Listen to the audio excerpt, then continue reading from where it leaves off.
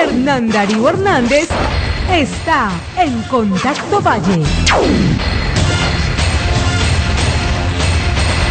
A las 10 de la mañana, 35 minutos, vamos a cambiar de tema y hablamos de política, Sara. Hablamos de política y para que nos instruya o nos ilustre un poco más en el tema de los discursos que van y vienen de parte de FARC y de Juan Manuel Santos, está con nosotros el abogado constitucionalista Juan Manuel Charri. Doctor Charri, buenos días, bienvenido a Contacto Valle. Muy buenos días para todos. Hablemos de ese nuevo discurso de las FARC. Las FARC apoyan ahora el discurso del presidente Juan Manuel Santos, el discurso social y moderno. ¿Cómo podemos interpretar este discurso? Pues, en mi opinión, se trata de un giro de las FARC para mejorar las relaciones con el gobierno Santos. Han habido varios impases en las negociaciones de paz, una de ellas por el mecanismo de refrendación de los acuerdos, que llevó a una interrupción y un regreso del cuerpo de negociadores de La Habana. Ahora además se avecinan tiempos de decisiones trascendentales, se cumple el término de un año que fijó el presidente Santos, se aproxima la reelección presidencial y yo creo que en ese panorama las FARC han dado un paso de mejoramiento de las relaciones para decir que ha habido avances modestos en la negociación y que el gobierno Santos tiene una política social que ellos comparten. El discurso también se ve un cambio del fiscal general Eduardo Montealegre frente a lo que podrá ser un futuro de los negociadores de las FARC. ¿Usted cree que en su momento el fiscal Montealegre no va a permitir que ellos paguen un día de cárcel? Bueno, el fiscal yo creo que ha hecho una corrección en su posición. Hasta donde yo entiendo, él dijo que el marco jurídico para la paz implicaba la aplicación de penas extrajudiciales para algunos de los dirigentes de las FARC, aplicar el principio de selección y de priorización e incluso suspensión de penas para el común de los miembros de las FARC. Y había un punto de discusión que es donde aún no hay claridad total, consistente en que los máximos responsables de los delitos de lesa humanidad deben responder. La pregunta es si esa responsabilidad se deduce con penas privativas de la libertad o si allí es posible la aplicación de medidas extrajudiciales. Recordemos que la Corte Constitucional, al analizar el marco jurídico para la paz, pidió el concepto de la Corte Penal Internacional del fiscal, propiamente de la Corte Penal Internacional, y el fiscal dijo que para esos delitos de lesa humanidad y crímenes de guerra era indispensable que hubiera pérdida de la libertad, así no fueran sanciones muy extensas en el tiempo. De manera que allí tenemos un referente muy importante, avalado por la Corte Constitucional y yo diría que aceptado por el fiscal Montealegre. Estamos hablando de la Corte Penal Internacional, pero recordemos, doctor Charri, que Colombia es un firmante del Estatuto de Roma y habla pues de lo de los crímenes de lesa humanidad. Este cambio de discurso no será también digámoslo así, una plataforma para lo que se viene en el año electoral? A ver, yo creo que son varios elementos donde por supuesto el escenario electoral está atravesado en la negociación de paz. Uno de esos elementos es el jurídico, que como usted bien señala, es un tratado suscrito por Colombia y que tiene que cumplirse. En ese tratado está claro que delitos de lesa humanidad y crímenes de guerra no pueden quedar impunes. Y el marco jurídico para la paz es un marco de justicia transicional. Tendrá que aplicar de alguna forma medidas y sanciones a esos responsables de esos crímenes. Allí las FARC tienen un discurso que en mi opinión no se compadece con la realidad jurídica, consistente en que ellos creen que ninguno de los miembros del secretariado de las FARC debe estar un solo día en la cárcel.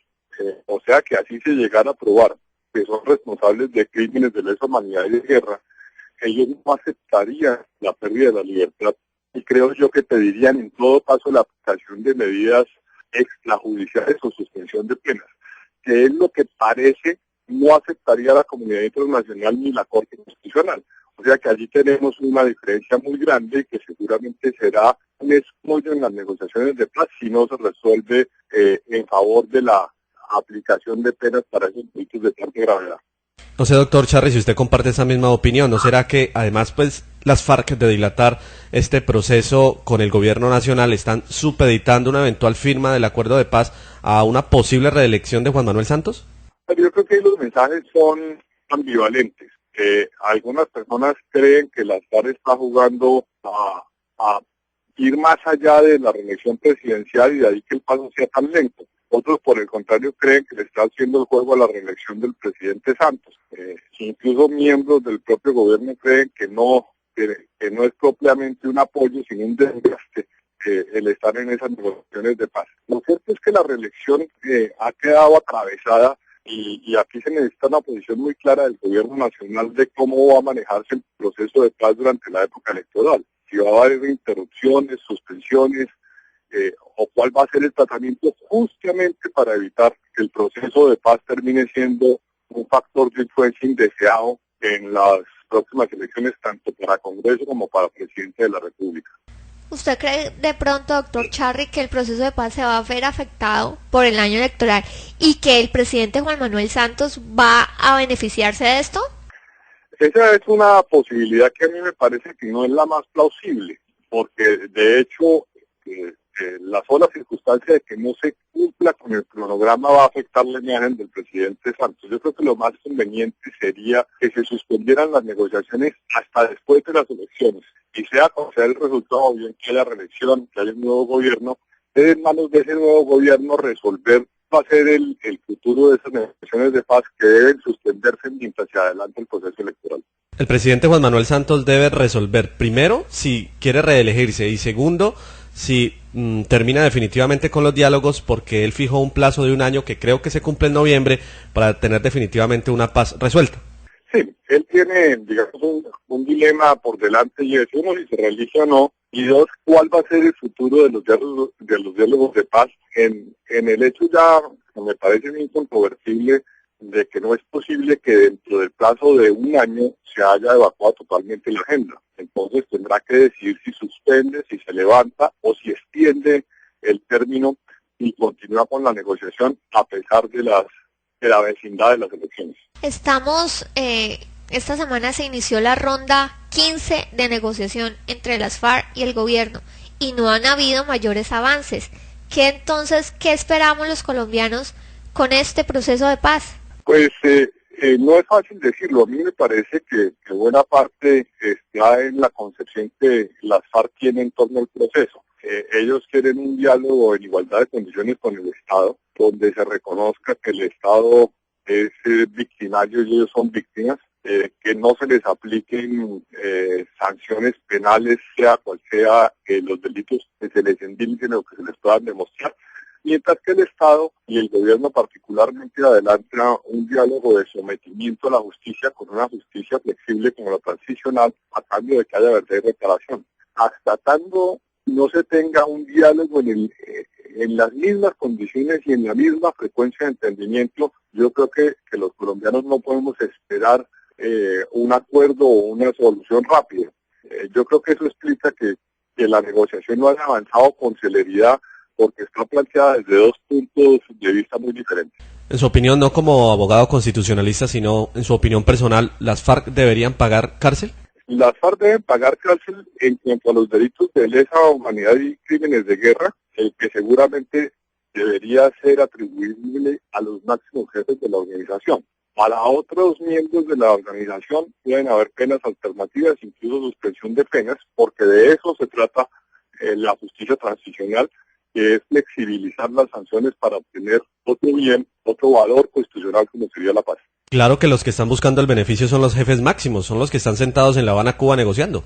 Justamente ahí es donde está la diferencia de criterios, donde los máximos jefes de la organización no quieren responder por los delitos de guerra, como es el reclutamiento de menores, que tiene que ser responsabilidad de los máximos dirigentes y que tiene que ser sancionado con penas privativas de la libertad, así sean penas relativamente bajas. Ya tenemos un referente muy claro en la aplicación a los paramilitares, que fue penas de 8 años de prisión, que implican una rebaja sustancial para crímenes de tanta gravedad, pero que de todas formas tienen pena privativa de la libertad. Doctor Juan Manuel Charri, ha sido usted muy amable como siempre, que esté muy bien. Muchísimas gracias a ustedes y feliz día para todos.